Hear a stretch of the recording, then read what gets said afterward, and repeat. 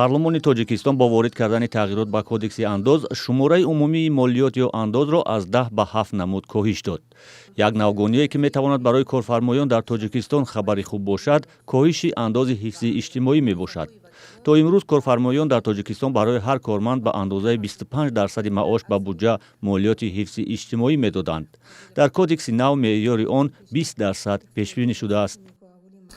дар лоиҳа бо мақсади баланд бардоштани мавқеи кишвар дар раддабандиҳои агентиҳои байналмилалӣ ва ҷалби сармоя ба соҳаи иқтисоди миллӣ шумораи умумии андозҳо бо роҳи хориҷ намудани андоз аз истифодабарандагони роҳҳои автомобилгар ва муттаҳид намудани андозҳои бо ҳам алоқаманд аз 10 намуд ба 7 намуд кам карда шуд.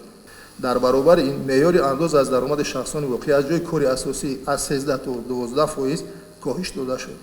дар тарҳи нав ҳамчунин меъёри андоз аз арзиши иловашуда яъне ндс аз 18 то 15%, андоз аз шахсони ҳуқуқӣ аз 23 то 20%, андоз аз шахсони воқеӣ аз 1% кам шудааст.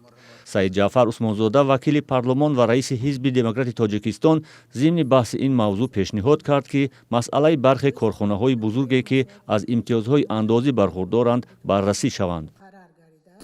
мо дар солҳои пешин якчанд корхонаҳо ширкатҳоро аз андозбандӣ пардохтҳо озод кардем. хуб онҳам шаҳрванди ҷумҳурии тоҷикистон ҳастанд. якчанд сол пеш ковид набуд ва давлат иқтидор дошт, метавонист масалан як лутфу марҳамати нисбати истеҳсолкунандагон ва дигар ширкатҳо хуб иброз кунад, шароит диҳад. ва имрӯз хуб мешуд ки вазорати молия анамин рӯйхатро як бор дига баррасӣ мекарданд ки имкон дорад ки мо баъзе аз ин имтиёзҳоро бекор кунем барои баъзе корхонаҳо, чунки имрӯз буҷаи ҷумҳурӣ қисми даромади буҷаи ҷумҳурӣ эҳтиёҷ дорад. кодекси андозе ки ҳоло амал мекунад соли 2013 қабул шудааст ва бино ба сарбориҳои гаронаш ҳадафи танқидии соҳибкорон гашта сол аз сол зарурати ислоҳи онро ба миён оварда буд. аз ҷумла дар таҳқиқоти Paying Taxes 2019 яъне андозбандӣ дар соли 2019 ки 190 кишварро фаро гирифта буд, тоҷикистон ба даҳгонаи кишварҳои дорои баландтарин сарбории молиётӣ ворид шуд.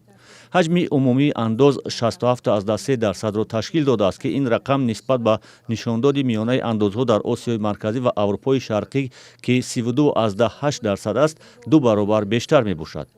даъватҳо ба коҳиши андоз ё молиёт солҳо боз дар тоҷикистон садо медиҳад.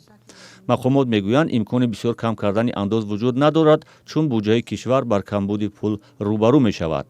ҳудуди 70% буҷаи тоҷикистон аз ҳисоби андоз пур мешавад.